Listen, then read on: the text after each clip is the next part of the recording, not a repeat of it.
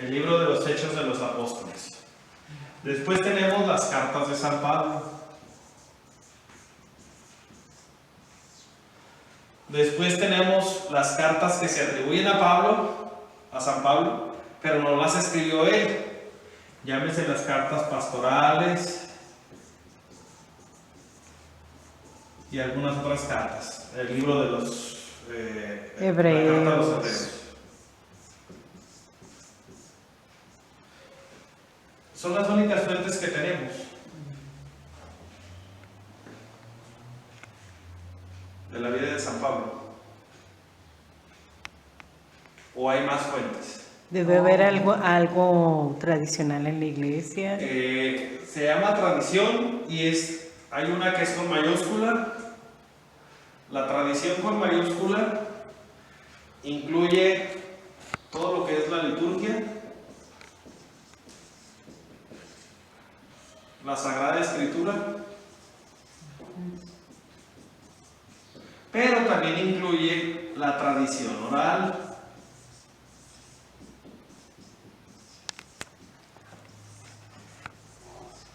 Y hay que recordar que antes de que fuera la Sagrada Escritura, primero fue tradición oral.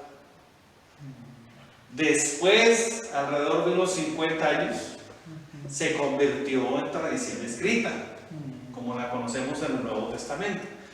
Y aún ya les he dicho que el Antiguo Testamento, así, todavía no quiero meternos en broncas de ese tipo. Antes de que se escribiera el Nuevo Testamento, no había Antiguo Testamento. Había libros del Antiguo Testamento que se dividían en varias partes. Y el más importante era la Torá o la ley. Ya se me olvidó el hebreo cómo se dice. ¿Sí sabía o debería de saber? Tiene un nombre técnico. Ando muy desvelado. Así, padre, ¿por qué? Luego les cuento ese chisme. Ahorita pena. Esta es la tradición con mayúscula. Pero hay otra tradición con minúscula. Es una T, parezca cruz o parezca lo que sea, es una T. Esta tradición con minúscula, ¿en qué libro de la Sagrada? ¿Quiénes eran los papás de la Virgen María? Joaquín y Ana, pero no están en la Sagrada Escritura. Tradición con minúscula. O sea, no es esta. Esta es vinculante, obligatoria para todos. En esta, nosotros tenemos una cercanía o una relación porque son tradiciones que tienen a lo mejor 1300, 1400, 1500 años. Igual, no es la única.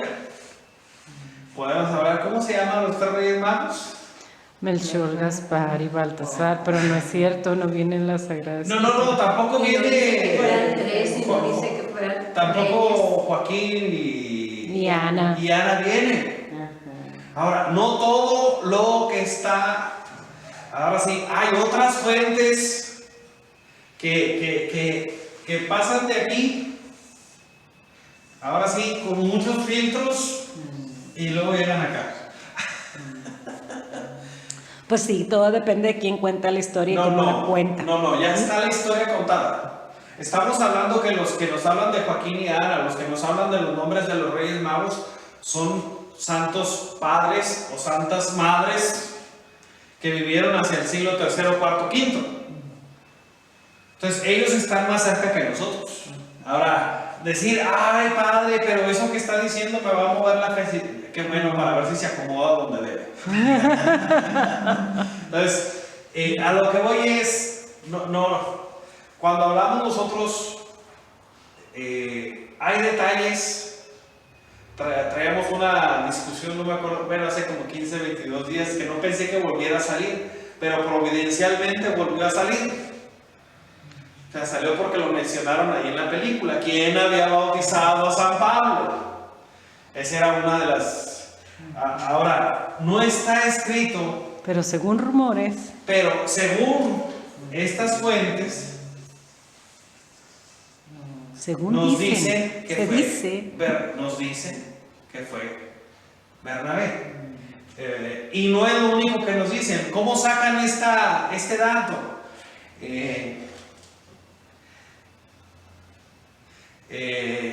Yo sé que algunas de las personas de la comunidad están muy tristes por el resultado del domingo pasado. Pero también sé que hay algunos que no están tan tristes. O sea, ¿cómo saco la conclusión? ¿Cómo saco la conclusión de una cosa y de otra? O sea, ¿cómo la saco? Estoy usando la deducción educada. O sea, no es nada más así de decir, no, mi sobrino la semana que perdieron los del submarino amarillo se desapareció de las redes sociales y apareció hasta el domingo como a las 10 de la noche. Cuando ya había habido Con un mensaje que decía, hoy todos somos tigres. Entonces, el punto al que voy, hay formas educadas de sacar deducciones. Cuando nosotros revisamos, ¿qué conocemos nosotros de Ananías? Pues muy poquito. ¿Y qué conocemos de Bernabé? Pues estaba más famosito. Un poquito más, ¿verdad? Entonces, si algún día yo digo que ordené 5 sacerdotes, estando en Santo Niño como párroco, ¿qué van a decir? Que estaba tipo Figueroa. Perdón. Y excomulgado. O estaba en esa situación. Y la comunidad no se lo va a permitir. O está equivocándose. O sea, no es eso. O sea, no es eso lo que hizo. Sí, va a decir, no necesariamente tengo que estar fuera de la comunión de la iglesia para hacerlo. Si tuviera el mandato del Santo Padre podría hacerlo, aunque no fuera obispo. Pero no es algo común. Y en caso extremado, en lugares de misión, a los sacerdotes se les pide. O sea, más bien se les manda, no se les pide. Es como para mañana, su servidor pensaba celebrar la misa aquí a las 12 del mediodía. ¿Y dónde va a celebrar la misa el señor cura a mediodía? En la parroquia de Jesucristo, sumo y eterno sacerdote. Ay, qué padre. Así, ¿por qué va a celebrar esa hora, padre? Porque el obispo dijo que nos quería todos allá. Así, ¿cuánto? O sea, no lo había hecho público ni lo había anunciado, porque no sabía si iba a poder o no iba a poder. Sí, es el día, litúrgicamente es un... No, pero no estaba programado. Bueno, estaba programada una reunión, era en Tecate, se cambió aquí a Tijuana y nos convocaron a todos a tiempo completo. Y en esa parroquia. Entonces, en este día especial de Jesús sumo y eterno sacerdote. Ahora sí, si el arzobispo quisiera ordenar, por ejemplo, ahorita hay 6 diáconos para ordenarse. Si él los quisiera ordenar, con el permiso del Santo Padre, él puede designar al que él quiera. Ya lo tiene ese permiso. Primero tendría que buscar algún obispo de los que están alrededor, que fuera factible. En Mexicali no hay. Bueno, estamos, señor Rafael. Tenemos un emérito, Sí, no estamos tan pobrecitos. Podría ser si está en condiciones. Estuvo en condiciones para la misa crismal. No, ya celebró otra misa. No lo vio usted, yo estaba ahí. Gracias a Dios todavía lo tenemos. No lo vio. No lo vi, pero gracias que contamos no con está él. en condiciones, que haga esfuerzos de santidad, eso es otra historia. Eso es otra historia, no es lo mismo que estar en condiciones. El punto que digo es que puede llegar si alguien lo manda. Entonces, cuando hablamos de Ananías, lo poco que sabemos, ¿él era obispo? No. ¿Era presbítero? No. ¿Era misionero? Sí. Catequista. Sí. Los catequistas bautizan. Sí, en casos extremos.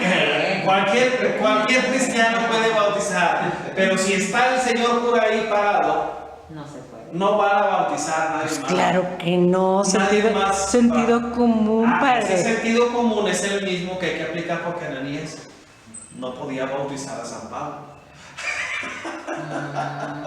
Pero si no había más. Sí, pero sí estaba Bernabé. Ahí está. La conclusión es, si estaba Bernabé en la bolita, él sí era presbítero. Entonces, así, padre, ¿cómo sabe?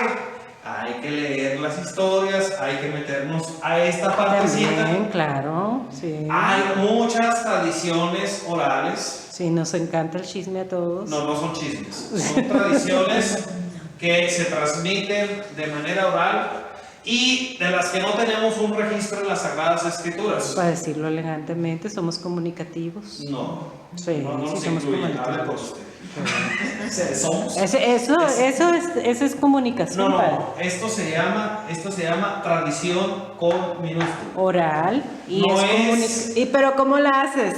¿Cómo la haces? La hicieron, Oralmente. o sea, nació Sí. o parte de la tradición oral, pero en algún momento se convirtió en una línea de la teología y una línea de la historia de la iglesia.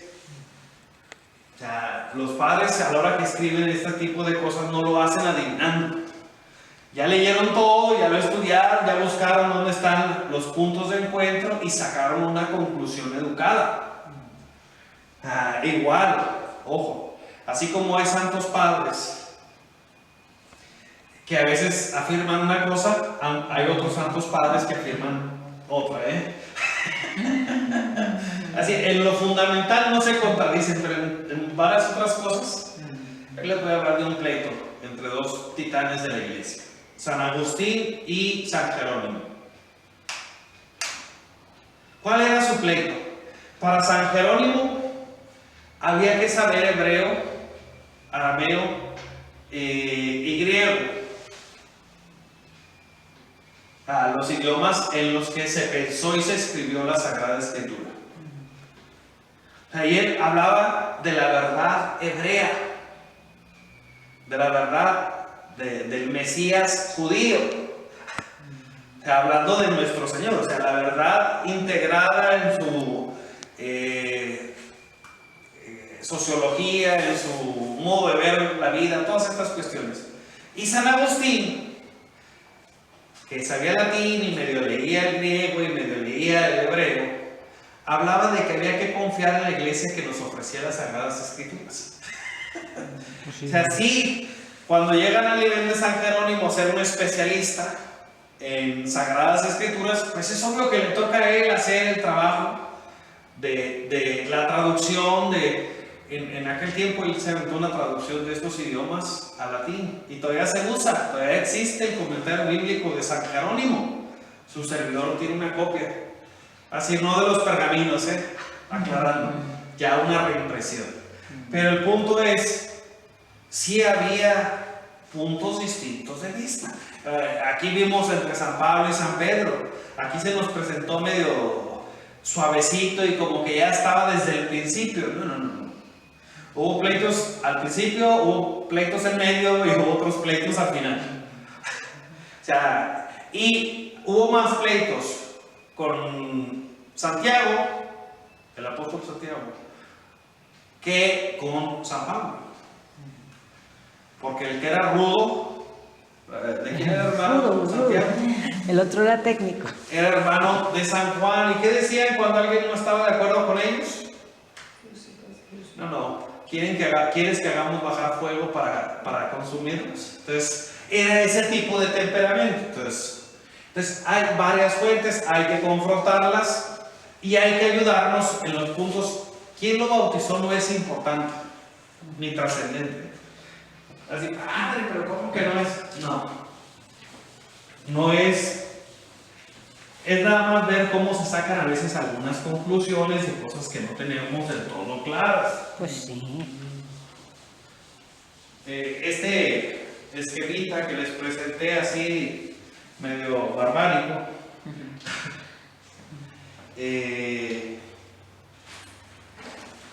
nos puede ayudar a la hora también de que entremos en discusiones sobre los dogmas de fe, que no siempre están, aunque la verdad teológica esté ahí, hay veces que no están las palabras. O sea, aunque sea algo creído de siempre de la iglesia, o sea, confesado y creído por la iglesia, hay ocasiones en que tenemos que escudriñar alrededor y ver los puntos de encuentro también. Un dogma es una verdad de fe revelada en las Sagradas Escrituras y proclamada por aquellos que en la iglesia están encargados de salvaguardar la fe, los custodios de la fe. Usualmente son el Papa y los obispos. También tiene una parte importantísima el santo pueblo de Dios, que de hecho en algunas ocasiones ha sido el elemento significativo para aprobar algún dogma. ¿Cuál es el último dogma que se ha proclamado? La Virgen. La virginidad no, ese fue el primero. Es más, fue el segundo. El primero es la maternidad. El segundo es la virginidad. La familia. No. De hecho es el penúltimo. Es la asunción a los cielos de la Virgen María. Y también aterrizan sobre la teología de los santos padres, aterrizan sobre la tradición con minúscula, pero el elemento fundamental es que siempre ha sido creído por el pueblo de Dios, por el santo pueblo de Dios. Entonces, esa es una de las razones por las que está. Madre de Jesús es un dogma. Es el primero. El primero. Teotokos en griego. Está impresionante también. Me aprendí esa palabra. Sí, Teotokos significa madre de Dios. El Papa Juan Pablo Me II. confundí con la familia, es la madre de Jesús el primero. Sí, el primero es la madre de Jesús en el concilio de Trento. Constantinopla. Me parece. Constantinopla. Ese fue el- Primer concilio de Constantinopla. Sí, la dogmática, sí. Pero esa es otra historia. Cuando lo mandan a uno a estudiar, le aclaran a uno, vas a ir y te vas a dar cuenta de lo mucho que no sabes.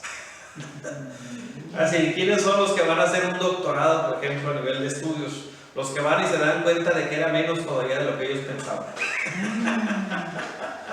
Y a la hora de hablar, deben de hablar con más cuidado. Yo no di ese paso, todavía sigo en la etapa de la indolencia y de la insolencia, pero esa es otra historia. Muy bien, vamos a continuar con el estudio de San Pablo. La próxima semana yo espero ya esté el video para que hagan un repaso de la primera parte de qué es lo que vimos. Ahorita vamos a concentrarnos en algunos temas teológicos, pastorales que tiene San Pablo. San Pablo tiene varias facetas en su vida, ya lo habíamos dicho. Una parte, en el buen sentido de la palabra, es su capacidad para establecer formas de vivir la fe. Esto a veces como que a nosotros se nos hace, hay veces que llegan a un trabajo, a mí me pasaba, y trabajábamos a veces poniendo estos techos y nos traían en aquel tiempo era así como medio salvaje, con una T para detenérsela al que iba a clavar. O sea, no van a decir aquí algunos, ese era muy primitivo. Bueno, pues, así lo hacía.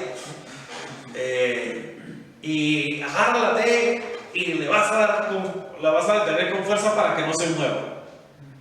Una vez que uno levanta por arriba los brazos de los hombros para hacer ese trabajo, ¿cuánto tiempo aguanta uno con los hombros, con los brazos así arriba? Así esté cargando uno 2 kilos, 1 kilo, ¿cuánto aguanta uno? Y después, ¿qué pasa? Se duermen los brazos. Se queda uno entumidísimo. Entonces, se suponía que uno tenía que saber automáticamente que había que recargar el barrote que uno estaba deteniendo sobre la pierna, sobre el cinto, sobre la faja que uno estaba usando. O sea, no era cargar el peso en bruto, pero algunos sí lo cargábamos a lo bruto. Así. Y estoy hablando por mí nada más. Pero bueno, el punto a que voy. A veces estas formas concretas de vivir la fe se nos escapan de nuestra mente, se nos escapan de nuestra agenda, se nos escapan de nuestra imaginación. Por ejemplo, ¿cómo decir decirle a un joven ahorita de 16, 17 años cuál es la forma en que hay que vivir la fe en esa etapa de su vida? O sea, ¿cuáles son las formas? Y cuando nos hacemos esas preguntas es cuando nosotros valoramos la belleza de lo que San Pablo nos ofrece. O sea, uno de los temas de los primeros que él toca, nosotros podemos acercarnos a la fe de dos maneras. Podemos acercarnos como los fariseos, y ojo, los fariseos, los supersticiosos, los fanáticos van por la misma línea, Así, ¿cuál es esa línea? Sigue la receta y todo va a estar bien. Sigue la receta y todo va a estar bien. Y la forma de contemplar la palabra de Dios es esa. O sea, me ofrece todas las líneas que yo tengo que saber para seguir, para alcanzar la salvación, la redención. Entonces, ¿qué pasa cuando nosotros, si yo le digo a alguien, hasta para cocinar, vas a seguir estos pasos al pie de la letra? Ya con eso garantizo que vaya a quedar bueno lo que va a hacer. Depende de quién te dio la receta. Si es receta americana, tiene que ser precisa. Si es mexicana, no. Aunque esté siguiendo lo que dice con un tutorial, porque ya ahorita hay algunos que cocinan con el tutorial de YouTube ahí enfrente. Y hasta le ponen uno cómo hacer el movimiento y todas las cosas. Y si va uno a embarrar algo así, y si va a echar uno sale, tiene que hacer uno así. Entonces, hay tutoriales de este tipo. Seguir la receta de esa manera garantiza que lo que va a salir de ahí va a ser comible. No garantiza. No hay ninguna garantía, porque luego pasa que se les olvida uno o dos pasitos y uno echa a perder todo lo que uno esté haciendo. Entonces, el punto es que luego dicen, es que eso era obvio. Si estoy viendo un tutorial, quiere decir que no era tan obvio para mí. Pero bueno, San Pablo, lo primero que dice es que el cristiano no puede vivir de esta manera. ¿Por qué? Porque aquellos que viven de esta manera van a acabar frustrados, enajenados, amargados, tóxicos, todo lo que le guste en su mano. Cuando queremos seguir al pie de la letra todas las cosas, por seguirlas, la ley por la ley, decía por ahí un filósofo, el deber por el deber era como él lo decía. No van a salir las cosas bien. Seguramente más de alguno de ustedes le tocó ir a escuela para padres. Y el psicólogo o el que daba el tema se las daba de que se las sabía de todas, hasta que llegaba alguno de sus hijos.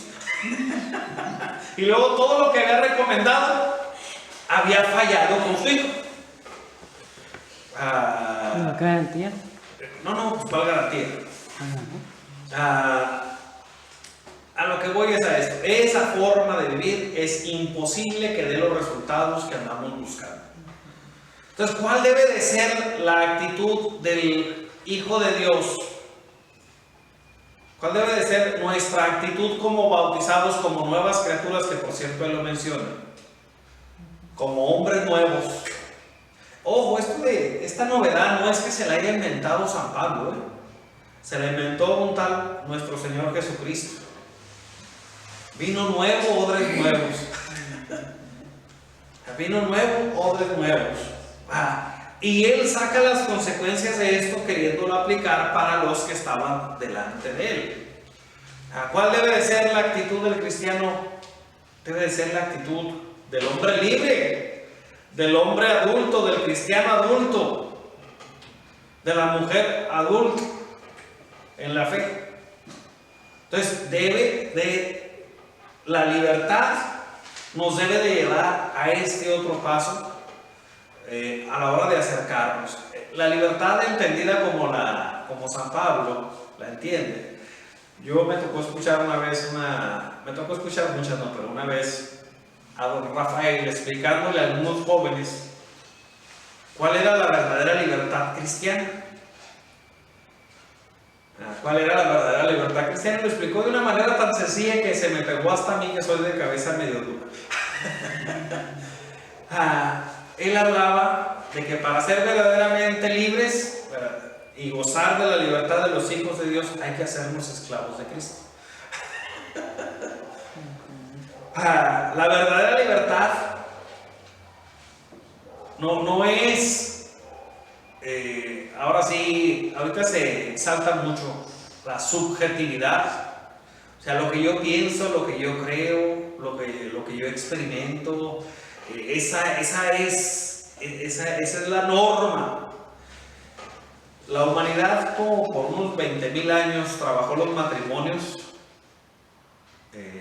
donde el papá y la mamá decidían. O sea, el papá y la mamá decidían. ¿Cuándo creen que funcionaba mejor? ¿Cuando ellos decidían o cuando uno decidía? Cuando papá y mamá decidían. Digo, esperando que tuviéramos papá y mamá, que en aquel tiempo casi todos la tenían. Cuando uno escoge, cuando me pusieron a escoger a mí la formación para el trabajo, había dos opciones que eran las más viables. Estoy hablando de la secundaria. La primera opción era taquimecanografía, pero no escogí esa por dos razones. El 95% eran mujeres las que entraban a ese taller y el otro 5% no era muy varonil. Entonces, sin agresión y sin... Entonces dije, no, ese no me conviene. O sea, no me conviene porque a carpintería, voy a perder el metálicas. rating, voy a perder toda autoridad moral ahí con los amigos. En esa etapa de la vida es muy importante lo que piensan los demás, en la adolescencia. La segunda preparación para el trabajo era en electrónica. Y al maestro, con todo respeto, le decían Hitler. Entonces no se metió. No, voy a decir por qué le decían. Era un excelente maestro, los que entraban allí aprendían, pero era súper exigente con la disciplina. A su salón de clases todos entraban con corbata y el uniforme entraba impecable o no entraba, y salía impecable o no salía. Entonces era muy... Y él siempre se vestía impecablemente, ¿no? Pero para mí en esa etapa de mi vida era así como que... así como todavía relinchaba y todavía tapillaba así a la hora de caminar y cosas por el estilo. Estaba bruto, más que ahorita. Y el otro departamento era el de electricidad, donde el maestro, pues a veces no iba. ¿Cuál escogí? Light. Pero tienes que reconocer que te servía más la taquigrafía. Era obvio que me hubiera servido más. Batallé, como no se pueden dar una idea, tanto en la preparatoria como en la universidad.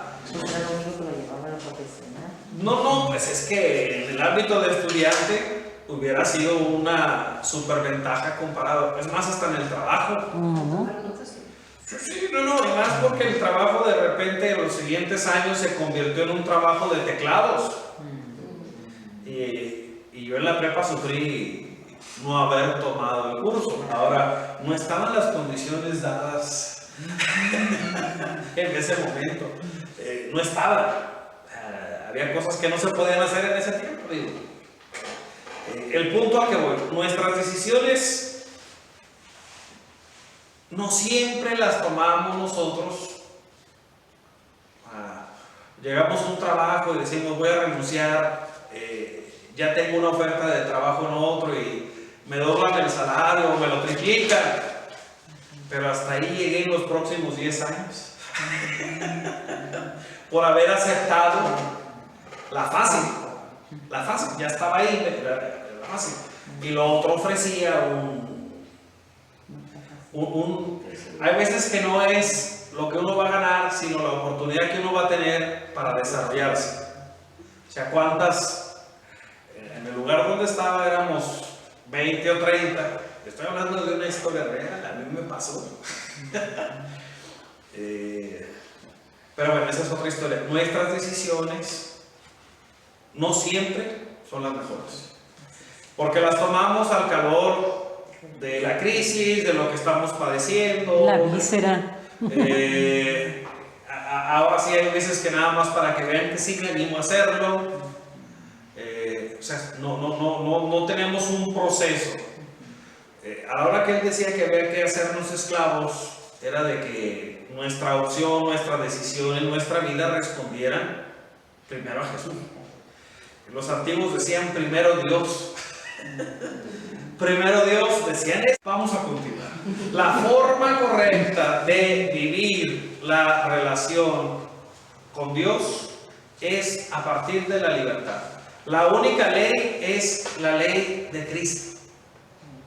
O sea, Cristo. Y ahora sí, aquí hay un problema a veces a la hora de interpretar. Cuando nosotros hablamos de ley, pensamos en la Constitución y aquello que nos oprime. Cuando el pueblo de Israel habla de la ley, está hablando de la Sagrada Escritura, de su experiencia particular de fe con Dios.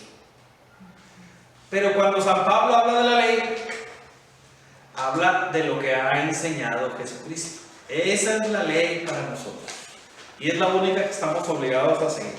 Entonces, en primer lugar, esta es la plataforma moral de San Pablo. No es la esclavitud, no es la ley, no es la receta, es la libertad. La libertad exige estar 100% comprometidos y hacernos 100% responsables.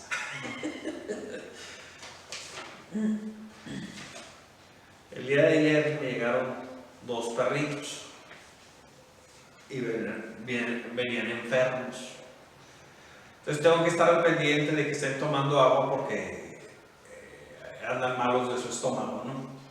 Y tengo que estar al pendiente porque si no puede ser una situación de emergencia, ¿no? Apenas llegaron ayer, entonces... De la calle. No, que de la calle. De otra santa parroquia, de la parroquia de San Antonio de Padua. ¿Qué edad tienen? Tienen 6 semanas. El punto es que se tuvieron que venir antes de lo programado porque se enfermaron 2 perritos. A todos los llevaron al veterinario, pero el veterinario dio la recomendación de que había que sacar a los que ya estaban, a los que todavía no se enfermaron. Pero eso de que están sanos o no están sanos, a lo que voy es, cuando uno acepta un compromiso, después le toca a uno velar. Y aunque uno no quiera, a mí no me gusta desvelarme, no me gusta levantarme temprano. Hay algunos que lo tienen que hacer y lo hacen todos los días, Dios los bendiga y les ayude. Por ejemplo, los que van a trabajar a Estados Unidos, sabes que su hora de levantarse a las 3:30, 3 de la mañana y es normal para ellos. Yo soy de horarios de seminario, de 10 a 6, de 10 a 7. O sea, si es de 11 a 7, muy bien.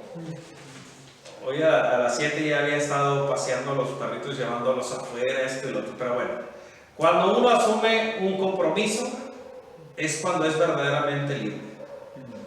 Quien no asume compromisos no es libre, es esclavo del momento. Entonces, la libertad es algo muy importante. Este es el aspecto moral, la plataforma moral de San Pablo. Pero además tiene una plataforma misionera. Aquí, en esta plataforma misionera, San Pablo experimenta las mayores dificultades hacia afuera y hacia adentro de la iglesia. Hacia adentro de la iglesia porque no falta nunca alguien que se haya quedado estacionado 200, 300 años atrás. Estábamos en un bautismo y había muchas personas mayores. Y pues recordé una de esas lecciones que daban antiguamente de si no haces esto te vas a ir al infierno. Y algunas señoras empezaron a hacerle así. Obvio, las señoras de cabelleras venerables, pues les tocó vivir eso. O sea, les tocó vivir así, padre, pero era efectivo para mantener a la gente. Sí, en cuanto les quitaron el miedo, desaparecieron. Y se acabó lo que se suponía que era fe. Hay muchos que batallan y batallamos a la hora de realizar cambios, y a la hora que alguien más lo realiza, también batallamos. En muchos aspectos. Cuando don Francisco llegó aquí a la arquidiócesis, se propuso visitar todas las parroquias, aunque fuera 20 minutos, media hora nada más, y llegaba y recibía la opinión del santo pueblo de Dios y luego la de los sacerdotes. Y bueno, escuchaba, había un representante de cada parroquia o de cada comunidad donde llegaba y le tenían que presentar por escrito. Él los escuchaba, pero también se lo entregaba por escrito. Entonces, muchos en cuanto llegó, no va a poder, se va a cansar, se le va a acabar el tanque de gasolina. O sea, dice uno, ay padre, ¿quiénes dicen eso? Muchos lo pensamos, hubo uno que otro que lo dijeron también.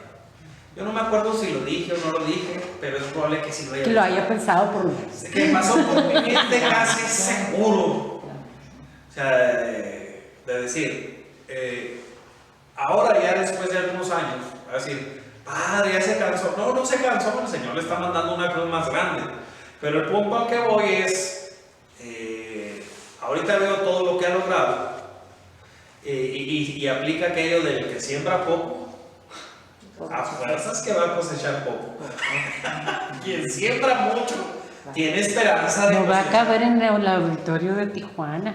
Tiene esperanza de cultivar, de cosechar muchos frutos. Entonces, aquí en este aspecto hay una resistencia a los cambios, hay una resistencia a respetar los procesos. O sea, y esto pasa en muchas partes, pero bueno, en la iglesia también ha pasado. Había algunos, y lo vimos en la presentación del inicio, que querían seguir con el mismo rollo, literalmente. Las costumbres y la visión que se tenía anteriormente. O sea, y no estoy diciendo que sea malo, bueno, no, esto exigió a la iglesia misioneros con esta capacidad y este celo, así como tenemos ahorita Papa Francisco y tenemos ahorita nuestro arzobispo. El día martes, o sea, ayer fui a dar clases al seminario y me lo encontré y dijo una frase que me llegó hasta el fondo del alma. Me escuchó, fue a saludarme, yo no lo había visto. Y si lo vi, me hice el desentendido. Iba al mío. O sea, dije, alcancé a ver a su secretario y saludé al secretario, pues lo tenía enfrente, ¿no?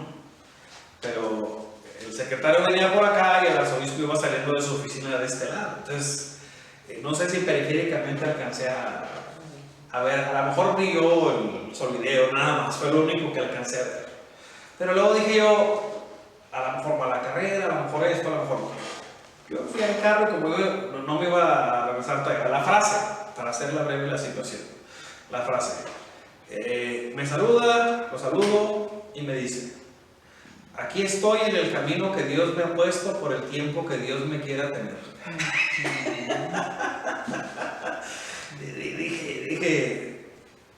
Dije yo, qué fuerte escucharlo, pero escucharlo de alguien que uno sabe cuál es su situación. Significativo el testimonio y el trabajo, que es lo único que no sabe uno, qué día descansa y cuándo ha tomado vacaciones. El punto, este celo misionero exige formas que respondan a la realidad. Cuando el Papa Francisco habla de la iglesia como un hospital de campaña, no está hablando de un hospital común y corriente, está hablando de un hospital que no tiene los instrumentos adecuados, que no tiene la suficiente cantidad de médicos, de enfermeros, de medicinas. O sea, es un hospital limitadísimo, donde se recibe a las personas más lastimadas y necesitadas. O sea, cuando está hablando de esto,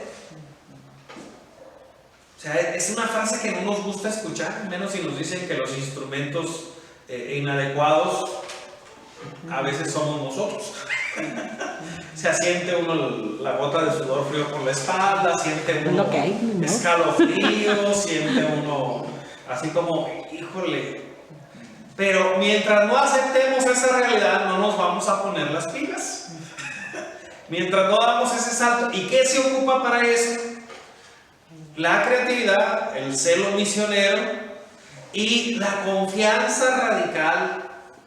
No en los instrumentos, no en el personal, no en los métodos más sofisticados, sino la confianza puesta en Jesús. Un misionero, para ser misionero, tiene que tener una confianza plena, radical en Jesús. Y esto nos lleva al siguiente punto. Ya hablamos de la moral, ya hablamos del aspecto misionero. ¿Qué se ocupa para poder mantener una vida decente, una vida honesta? La moral. ¿Qué se ocupa para mantener un proyecto que responda a las exigencias del reino? Voy a poner un ejemplo divertido, ¿no? Sin agresión para las mamás que hay por aquí, que a veces se parecen al seguro social. Nada más que ustedes con los mejoralitos y el seguro social con el paracetamol. Que traigo un pie, que me caí, se me inflamó, se me quedó. Aquí está su paracetamol. Desinflanax. que traigo publicidad no pagada. los pulmones lastimados. Aquí está su paracetamol. Y le dan a uno cantidades industriales, bolsas así, 60 cajas para no volverlo a ver. Se alcanza a morir y ahí tiene paracetamol para la siguiente vida también. Digo, al menos las veces que a mí me tocaba ir. Esas eran otras épocas, ahorita ya te dan un vivito. Sí, no, pero dan cantidades industriales, lo que es paracetamol. Sí. Y había otras 2 o 3 que eran de costumbre. Bueno, a mi papá nada más le dan para 20 días y no las compra usted. ¿Qué se ocupa? ¿Un mejoralito? O sea, voy a poder mantener una vida honesta, una vida decente. A mí cuando alguien se acerca y me dice que se quiere casar y luego le pregunto cómo anda su vida de fe, cómo está su participación en la Sagrada Eucaristía, cada cuánto se confiesa, cada cuánto reza. Y luego dice, nada y rara vez. No, tú no te puedes casar. Porque el sacramento no es para personas que no viven su fe. Es un encuentro de fe con Jesucristo vivo. Entonces, uno de los grandes problemas que tenemos ahorita es que mucha gente se quiere casar, pero piensa que es nada más para, como un requisito para la pachanga. O sea, porque es tradición, porque me dijo mi abuelita, porque se lo prometió a mi mamá o mi papá. Y eso de los que se quieren casar. También hay un montón que no se quieren casar porque dicen no tiene sentido. Y tampoco viven su fe y por eso no tiene sentido tampoco para ellos. Entonces, ¿qué se ocupa para mantener la honestidad en la vida, la decencia y para mantener un proyecto que responda a las exigencias del reino? Se ocupa una intensa vida de oración, vida de relación con Dios, mística, una vida verdaderamente mística. La acción del Espíritu y va a decir, ay padre, ¿qué quiere decir eso de místico? Usar todas las herramientas e instrumentos que estén a nuestro alcance para mantener nuestra comunicación con Dios al 100%. Es como cuando, no sé si les ha tocado ver alguna montaña donde haya nevado y haya pasado la nieve y en la nieve se haya vuelto hielo, o sea, sólido. Hace un frío que le quema a uno, a ese nivel. Y lo ponen a uno de responsable de mantener la chimenea o la hoguera o como le quieran llamar. O sea, va a decir, ¿cómo se va a mantener? ¿Cómo lo va a hacer? ¿Cuántas precauciones hay que tener? Pues mantener la leña seca, mantener bastante leña, estar con un sueño ligero. Usualmente el que está atizando la leña es alguien que está durmiendo cerca de donde está la chimenea o la hoguera. Entonces es el último en sentir el frío. Es el último en sentir el frío. Primero se congelan todos los que están en el galerón o en la casa o en la cabaña, y después le llega el que está a un lado. Es más, a veces a su servidor le tocó una vez estar en esa situación y ese día dormí en shorts. Amanecí todo chamuscado de los brillos. Fue un error haber dormido, pero es que estaba muy cerca y yo soy de los que si empieza a hacer calor me baño en sudor, con el menor pretexto. Para mantener, se ocupa usar todos los recursos a nuestro alcance, mantener la vigilancia y mantener el discernimiento conectado a nuestra vida.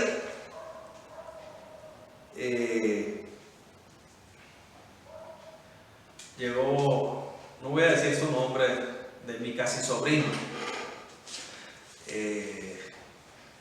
Digo casi mi sobrino porque oficialmente no es mi sobrino, es hijo de una amiga de la familia que conozco, bueno, que me conoce a mí desde antes de que yo naciera. La hermana de ella está casada, el hermano de ella está casada con mi hermana. Entonces, es familia extendida. Este sobrino mío llegó a decirme que se había puesto un tatuaje, que lo regañara porque ya sabía que lo iba a regañar. Y mi plática fue, me hubieras dicho antes. Ya después parece que nomás está checando tarjeta, que quieres que te diga felicidades. O sea, tantos estudios, tanto esfuerzo de su papá y de su mamá para ayudarlo y sacarlo adelante. Y ya que se gradúa, o sea, no en la adolescencia, no cuando está torpe todavía. No, ya que se graduó, ya que está trabajando, ¡pum! Y va y se pone un monito de esos de Pokémon. Dije, ¿cuánta seriedad va a tener alguien en tu puesto cuando alguien te vea? O sea, ¿qué seriedad va a haber?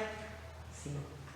En el momento en que vea eso, va a decir, cámbienmelo.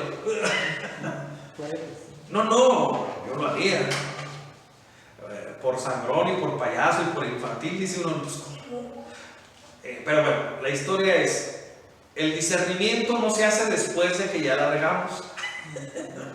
Se hace antes. Así como Noé construyó el arca antes de que empezara a llover en el relato del diluvio, así también nosotros, la vida mística es esa barca que cuando vengan las tormentas, las lluvias y todo lo demás nos va a tener listos y preparados. No quiere decir que haya un momento en el que ya terminamos, no existe esto, no existe eso. O sea, no existe.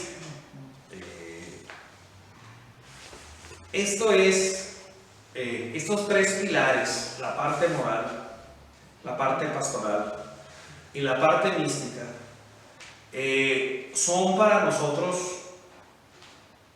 tres de las cuatro patas que tiene el mesabanco o usualmente las sillas. Falta una. ¿Cuál es la que falta? ¿Según tú cuál?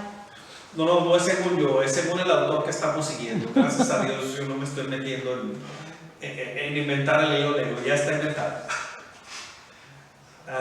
Según el autor que estamos siguiendo, falta uno.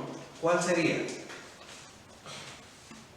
Ya tenemos la parte del proyecto de vida, ya tenemos la parte del proyecto pastoral, ya tenemos la parte del proyecto de relación con Dios. Falta uno que va en el terreno intelectual. En el terreno intelectual. Sí, en el terreno de usar la inteligencia, no nada más para tapar la gotera que va a salir ahorita, sino para tapar el hoyo que está después, porque sé que una vez que tape la gotera va a salir del otro lado. Por ahí en TikTok estaba viendo unas señoras que estaba la calle inundada, corriendo como un río por encima de la calle, y estaba cayendo agua enfrente de su coche. Y estaban las vecinas, estaban 2 o 3 vecinas, barre. y con la canción de Ricardo Arjona, no sé quién las inventó, tuvo que haber sido Dios. Víctor, de seguro mi Víctor. El punto es algo que se tiene que hacer, o sea, no se trata de... Debería de ver por qué los hombres viven menos. Sí, lo he visto también.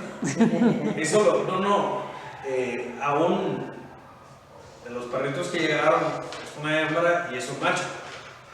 El macho anda por todas partes, ya se subió, ya se cayó de esto, ya se dio 3 vueltas.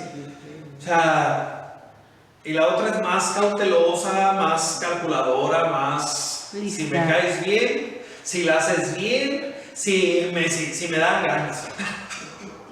Pues el perro le habla y va como torbolas aunque azote después del escalón. Porque el perro no da para eso. Pero el punto aquí, no basta con abarcar el terreno anterior. Y todos nosotros, si estamos aquí ahorita, nosotros, es para ampliar nuestro horizonte intelectual, académico, del contenido de nuestra fe.